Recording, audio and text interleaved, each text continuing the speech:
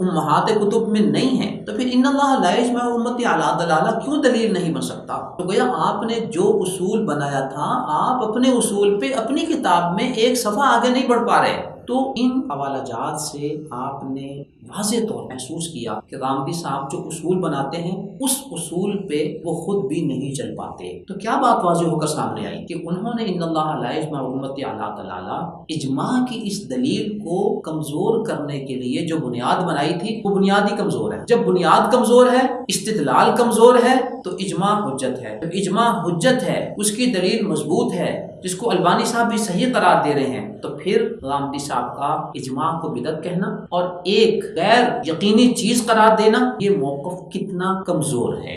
دوسرے نمبر پر اس حدیث کی بابت غامدی صاحب نے جو موقف اختیار کیا کہ یہ امہات کتب موطا بخاری مسلم میں نہیں ہے، اس وجہ سے کمزور ہے۔ آئیے اب ان کے اس موقف کو ان کی اپنی گفتگو کی روشنی میں پرکھتے ہیں۔ نزول عیسیٰ علیہ السلام کی دسیوں روایات وہ صحیح بخاری اور صحیح مسلم میں موجود ہیں۔ جن تین کتابوں کو وہ امہات کتب حدیث کہتے ہیں ان میں سے صحیح بخاری اور صحیح مسلم بھی۔ جب نزول عیسیٰ علیہ السلام کی دسیوں روایات صحیح بخاری اور صحیح مسلم میں امہات کتب حدیث میں موجود ہیں تو جناب غامدی صاحب کو اپنے اصول کے مطابق چاہیے تھا کہ وہ سر تسلیم خم کر لیتے اور انہیں مان لیتے کہ چونکہ یہ نزول عیسیٰ کی روایتیں امہات کتب حدیث صحیح بخاری اور صحیح مسلم میں موجود ہیں، لہٰذا میں نزول عیسیٰ کو تسلیم کرتا ہوں۔ لیکن شاید آپ کے علم میں ہوگا کہ غامدی صاحب قیامت سے پہلے نزول عیسیٰ علیہ السلام کے قائل نہیں ہیں،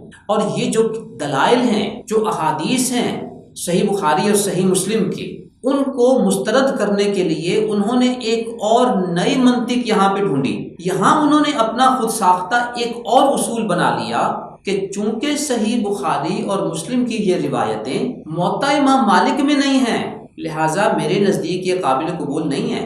یوں ان اللہ لا یجمع امتی علی ضلالہ کو مسترد کرنے کے لیے یہ موقف اختیار کیا کہ یہ امہات کتب حدیث موطا بخاری مسلم میں نہیں ہے، اور جو روایتیں نزول عیسیٰ علیہ السلام کی امہات کتب حدیث میں سے دو کتابیں صحیح بخاری صحیح مسلم میں ہیں، ان کو مسترد کرنے کے لیے اپنا ایک نیا اصول گھڑ لیا کہ یہ موطا امام مالک میں نہیں ہے۔ تو یہ ان کے وہ بدلتے ہوئے پیمانے ہیں جن پر وہ خود قائم نہیں رہ پاتے، ان کے اپنے موقف میں ٹھہراؤ نہیں ہے۔ اب آپ ذرا سنیے نزول عیسیٰ کی روایات کے بارے میں جو بخاری مسلم میں ہیں اور چونکہ موطا میں نہیں ہے تو وہ ان کو اس وجہ سے مسترد کر رہے ہیں کہ یہ موطا میں نہیں ہے۔ اچھا، پھر حدیث میں ہمارے لیے جو سب سے پہلی کتاب حدیث کی ہے وہ امام مالک کی موطا، پہلی حدیث کی کتاب وہ۔ آپ موطا کو شروع سے لے کے آخر تک پڑھ جائیے، کہیں اس میں شائبہ بھی نہیں، کوئی ذکر نہیں، بالکل۔ تو موطا بھی بالکل خالی ہے۔ اس کے بعد کی حدیث کی کتابوں میں البتہ سیدنا مسیح علیہ السلام کے نزول کا ذکر آنا شروع ہوا ہے، اور پھر بخاری میں بھی ہے، مسلم میں بھی ہے، ان کتابوں میں ہے جو بعد کے زمانے میں مرتب کی گئی ہے۔ اس کے بعد اگر آپ سمجھتے ہیں کہ عام نقطہ نظر زیادہ قوی ہے، بسم اللہ مانتے رہیے، کوئی فرق نہیں پڑتا۔ اور اگر آپ وہ رائے قائم کریں جو میرا اس معاملے میں رجحان ہے، تو امید ہے کہ غور و خوض کے کچھ اور سامان بھی کھلیں گے آپ کے۔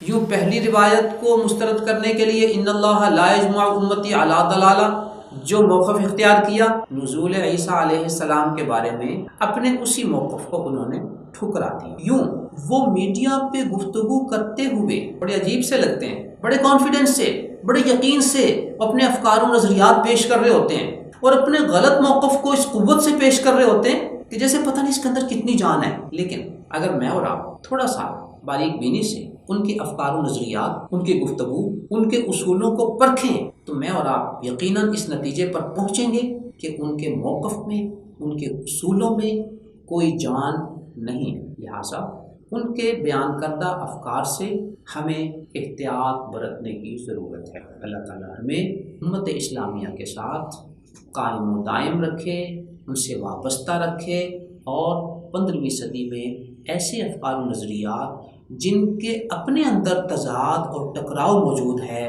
جن کے اندر خود ٹھہراؤ نہیں ہے، جن کی کوئی علمی بنیاد نہیں ہے، اللہ تعالیٰ ہمیں ان سے دور رکھے اور ان سے محفوظ رکھے۔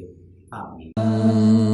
نظروا للطيبة ونور طه يسطعون